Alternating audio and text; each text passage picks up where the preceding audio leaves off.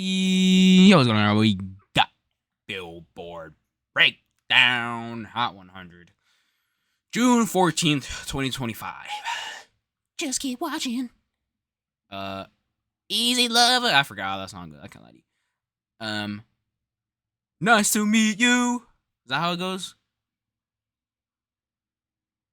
Nice to meet you. Hey there, I'm Mark, in affiliation with Spectrum Pulse, and we got a somewhat ordinary week. Shame it's largely garbage. And The this ordinary. is Billboard Breakdown. You keep me geezing it. I don't know how it goes. My bad. Anyone else feel like we should be getting new songs of the summer? Something to make the year feel a bit more interesting? I know there's a faster turnaround time with virality and release cycles these days. It could well happen. But I'm also getting the weird impression that nobody is trying that hard in 2025, and it's getting increasingly obnoxious. I bring this up because while the Morgan Wallen album bomb takes its sweet goddamn time fading away, I'm not seeing a lot of quality rushing in to take its place. So while this week feels somewhat routine, Hey, Mark. Again, the tagline of 2025 Just keep is that I watching. don't have any faith any of this sticks around or gains Get it? traction, leaving everything all the more ossified, especially when most of these songs aren't that good. And nowhere does that feel more relevant than in our top 10, where Ordinary by Alex Warren gets another week at number 1. And quite frankly, while Sabrina Carpenter is There is moving a a valiant heavenly effort next Mr. week Kitty. with Man-Child, I don't see what overthrows this easily. The radio keeps swelling, it's dominant on sales, the streaming is going up, the sort of sleeping giant that, again, does not get overthrown easily. Granted, Morgan Wallen is making an attempt. What I Want with Tate McRae is solid at number 2 with huge streaming, but there's nowhere near enough sales. You know, I think it's safe to say that Tate McRae is a main pop girl at this point. Like, I'm sorry, guys, but I think it's time, like, let's be honest. This song, I feel like this song wouldn't have been as big without Tate McRae. Let's be honest. You know what I'm saying? I think it's time to officially, get her in. She's in the big league. No more little league for Tate. Okay, I think she's officially grown. I think she's promoted. Or radio to think plug so. up the I think it's time. margins. Whereas just in case, Especially with her new song. I think her new song is good, and it's been doing pretty good too. That streaming wise, at least. Bigger, so it's at number 3. This naturally opens the door for, what do you know, Luther by Kendrick Lamar and SZA to go back up to number 4. It's definitely peaked on the radio, and streaming isn't getting better. But it wasn't the holdover I'm the Problem by Morgan Wallen down at number 5 because the radio is dumping it and fast. Turns out you don't need to settle for bottom tier Morgan Wallen songs. Who would have thunk it? Then we got 3 tracks that just aren't moving at all. They're not going anywhere. A bar song Tipsy by Shabuzi at number 6 because despite losing radio, the streaming is solid. Lose Control. Which is more than I can say Oh, for no. Die with a Smile by Lady Gaga and Yeah, I like Bruno this Mars song at at number least. 7, which is losing across the Even with board, the and overplay, yet I still even like then it. Turned out better than Lose Control Oh, by yeah, Teddy Lose Swims Control. at number 8, where it actually saw streaming growth and a modest radio run this week, and yet just wasn't enough to close the margin. And because 2024 refuses to goddamn die, Beautiful Things by Benson Boone actually went up to number 9, although in this case it's more indicative of tracks that aren't catching on, which naturally takes us to Nokia by Drake at down at number 10, because while the streaming is stable, it's actively losing radio. I mean, I might think the song sucks and Drake's cachet isn't anything close to what it once was, but it's kind of ridiculous that they're dumping this over friggin' Benson Boone. That naturally takes us to our losers and dropouts, whereas Morgan Wallen's album bomb fades, there's really not that many of the latter. The biggest is probably Revolving Door by Tate McRae, which is gonna miss the year-end list for 2025. I'm not exactly complaining. And What? The losers are predominantly more It is? Wait, that was my favorite single from her, though. list for 2025. The biggest is probably Revolving Door by Tate McRae, which is gonna miss the year-end list for 2025. Wait, how? I thought that shit was big. No, it'll come back. I'm not exactly complaining. And the losers are predominantly What? Morgan Bro, Wallen. that's her number best 2, song, Eyes bro. Are What the Closed fuck, at dude? 55, Where'd That Girl Go at 64, Skull, Chevy, and Browning at 66, Falling Apart at 68, If You Were Mine at 69, Kiss Her in Front of You at 70, Jack and Jill at 85, Revelation at 95. I'm not gonna lie, I number don't really 3 at care. Number 7 with Eric Church at 97, and Interlude at 99.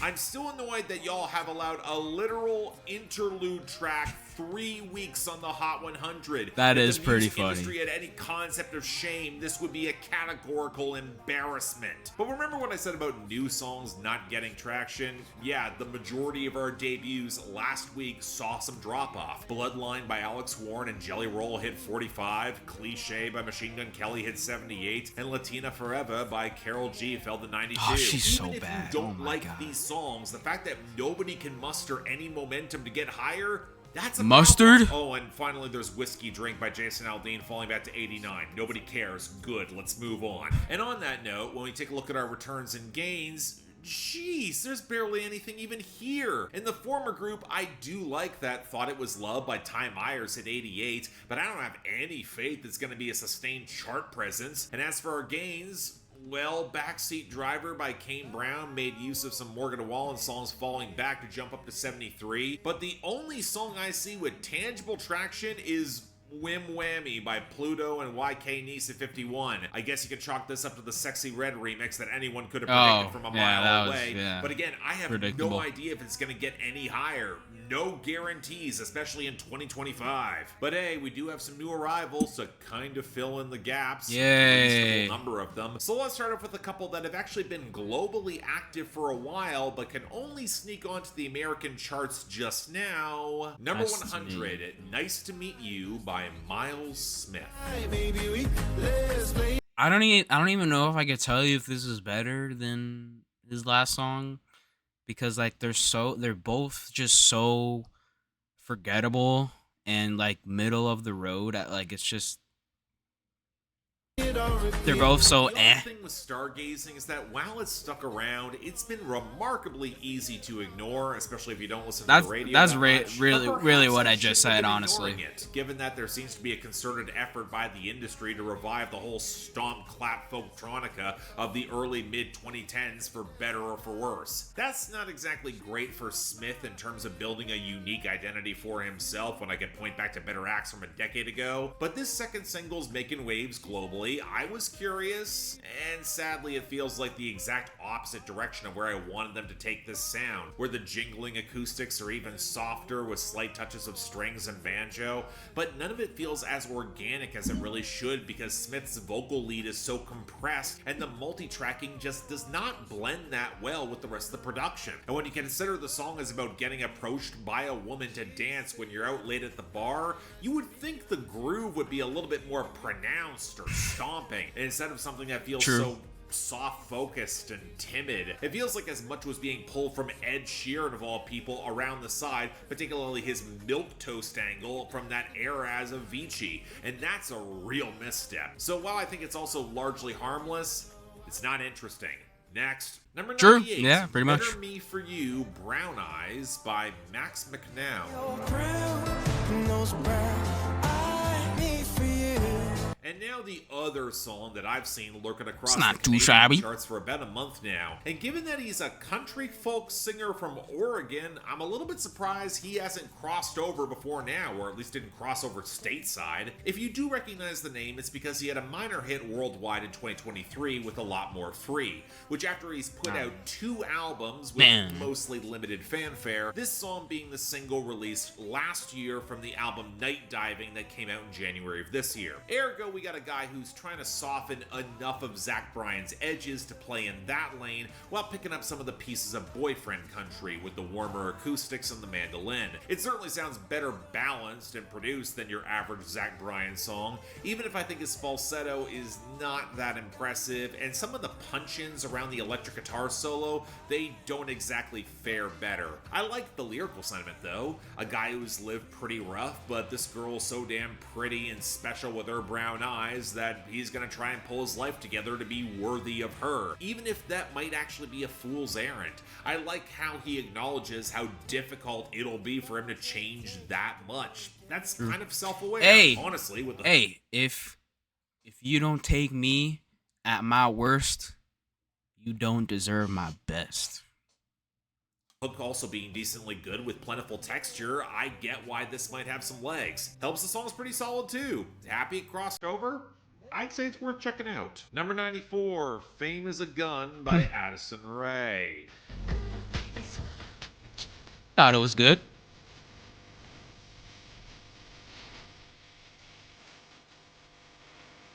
Look, I don't know if Addison Rae is going to get a proper album bomb next week. Given the I'll mess be of pop very music it appears to surprised. be in, it certainly fit with this cursed year. I know Columbia will try to capitalize. Addison Rae Addison Rae album bomb just sounds so crazy to me. Mediocre at best. Put aside how much the synth line and vocal mix is trying to evoke as much of Brat as they can get away with against the cheap lockstep percussion. They also sandblasted any of that album's bite or punch away, mostly because Addison Rae has nowhere close to the personality of Charlie XCX, with her muted vocals before even the fizzy baby voice cooing comes in. Reportedly, this song was inspired by the Sheila E. 1984 track The Glamorous Life. Not exactly a favorite of mine, despite Sheila E.'s eclectic skills behind the drum kit. The production feels very 80s in the bad way, and she was never that impressive of a singer. It's very much of its time. But man, even it being dated, it's got more flavor than Fame is a Gun, which is trying to evoke this fame-hungry, high-risk, high-reward lifestyle. Shamelessly, I don't know. I like it. I don't think it's that bad. Definitely better than some of the other singles. From her, but there's nothing here that captures the opulence or sense of stakes that comes with Fame in the era that she's trying to evoke. It's so canned and empty, not helped along by Addison Rae's blank slate delivery. She might have a taste for the glamorous life, but a taste of this gives me indigestion. Glamorous, not a glamorous. By Miley Cyrus. Yeah. I mean, I listened to the song before, but like.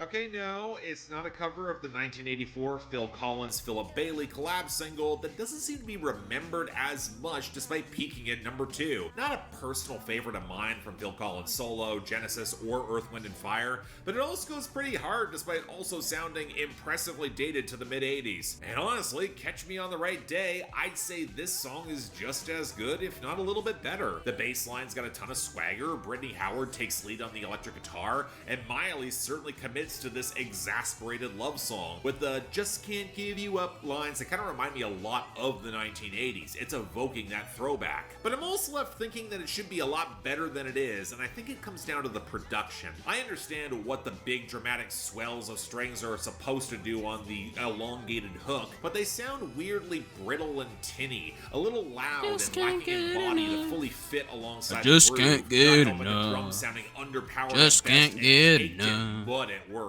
I'm not surprised they're pushing this as the next single and not, say, More to Lose or one of the dance cuts on the back half of the album, but I will also say it feels emblematic of why Something Beautiful isn't sticking as strongly as it should for me. Again, it's pretty good, I just want to like it more. That's all. Number 81, Tu Sancho by Fuerza Regida. I mean, pretty much same shit, but there was a part of the song that I did like. It was this one sample that it has. I don't know. I don't know where it's from, but like it's like this one sample that the song has. You know, folks I normally respect keep telling me that new Fuerza Regida album actually turned out pretty good, or at least okay. I wouldn't know. I'm not about to chase down one of my least favorite regional Mexican acts when my schedule is busy enough as it is, but we keep getting songs landing on the Hot 100 from it, and I mean, it's trying to do a little bit more with the sharper bass line, with a little bit of funk and all of the atmospheric feminine vocals around the trumpets and more developed choppy acoustics. I mean, it certainly sounds a little bit more interesting. The feminine vocals, I like that part. But then when you translate the lyrics and you realize just how much the frontman of Fuerza Regida is drooling over this beautiful woman and then trying to convince her to cheat with him on an airplane amidst flexing that she can buy anything, even as he's admitting he's trying to get her friend to also sleep with him because he's just this wild Lothario, and no, I don't hear the appeal. This guy's attempt at charisma has no suave presence or subtlety. He's just mugging and demanding. And when you also consider this has no hook, I'm certainly not on board. I'll give this credit for being marginally more interesting in the composition and production, but they also have to deal with the unfortunate reality it's Fuerza Regida making it, warts and all. So yeah, not a fan. Number 50, Ooh-Ah Ooh-Ah by Lil Tecca. Why would you say it like that, Mark? Come on, bro. 50, Ooh-Ah Ooh-Ah. Ooh-Ah Ooh-Ah? It's oh, oh, oh, oh. Like, it's like he didn't even listen to the song. Like, what? How did he say it again? Warts and all. So yeah, not a fan. Number 50, Ooh-Ah Ooh-Ah by ooh oh. Why is there an ooh? There's no you. Why are we saying ooh? If I hadn't heard this song before, I would think it's owa, you know? But in the actual song, it's oh, not ooh owa. What? Lil Tecca. Also, I heard the new Lil Tecca album is actually pretty good. I've heard a little bit of stuff off it. It's actually not bad. This song isn't bad either. His single run has actually been pretty good so far. I can't lie to you. I mean, he's only really put out 2 singles, but yeah, like it's definitely a vibe, you know. Credit to Lil Tecca, this series somehow managed to find a longer shelf life than I would have expected, with Dark Thoughts being ridiculously catchy. So with the follow-up ready to go, wow, about the fastest way to kill the vibe, sampling the girl group vocals going ooh from Video Killed the Radio Star by the Buggles, a classic song where this does nothing close to measuring up. That's baffling. Video Killed the Radio Star is one of the catchiest songs ever written. How do you then deliver one of your least catchy songs to date? Part of this is really? You think this is not catchy? I think it's catchy. Bog standard trap percussion and gauzy synths, more reminiscent of Lil Uzi Vert than it really should be, and then rambling about this girl catching feelings next to him when he'd rather flex and move on to someone else. And I'm sorry, when you're already this shallow, non-effort is a complete mood killer for me. So yeah, I don't know how I wound up having any expectations for Lil Tecca of all people, but this sure as shit is not good. Next. And finally, I thought it was good. Number 33, Just Keep Watching by Tate McRae. Tate McRae might be the baddest in the game, bro. I'm not gonna lie. Like, it's a competition between Tate and Sabrina, bro. Those fine. They both fine as fuck. I'm not gonna lie to you, bro. Just keep watching. I think I've just accepted that. Who makes better music? I think I'd take Sabrina over Tate. 2025 is going to be the year of Tate McRae as a major pop star. Not exactly saying much, even if I would agree that her last album was her best and Sports Car is a good song. But now she's getting a soundtrack hit co-written and produced by Ryan Tedder for the F1 movie with Brad Pitt. This song is also a couple of weeks. Kind of a weird choice for her on the soundtrack. Even weirder that apparently there was a version of this song with Tyla that wound up getting scrapped, but here we go. Really? And look, even if I'm more tolerant of Tate McRae on up-tempo dance cuts, there's something here that's not working. Maybe it's how the rattling Afrobeat percussion has me thinking that Tyla could just do way more with this. Maybe it's how the I think Tyla would have been good on this. Where the drop is this squeaking synth, neither of which flatters Tate McRae, who despite being in a better vocal range sounds too frail to balance out the rest of this. Or maybe it's how the lyrics are trying so hard to get us to keep watching and buy into this steamy romance that nobody quite understands. She says it in the song. Possibly meta commentary on how they want us to keep listening or dancing despite the song not being that good, or hell, just keep watching the movie. What's frustrating is that Tate McRae's songs are often working in such tight balance with her limitations as a singer. Don't overpower her, just provide the glistening support structure for her to work with what she's got. And like a lot of the last album, it tilts into sodden, bassy murk rather than striking more of that balance. So yeah, this wasn't precisely good either. I'm not exactly I like this one too. Or listening. And yeah, that's our week. Ugh, pretty far from good. The best only falls out as Better Me For You Brown Eyes by Max McNow, although Easy Lover from Miley was pretty close. Whereas for the worst, we got a plethora of contenders, so I'm picking Ooh Ooh by Lil Tecca for shitting all over a great song. Call me back when he starts trying. Next week, again, you know, man, oh shit, I did not mean to click. All right, whatever. I guess video's over anyway. Man, not gonna lie, I'm taking I'm taking as my best, and Just Keep Watching. I think those are pretty good. Yeah. All right, guys. Well, what are your favorite of the week? What are your thoughts?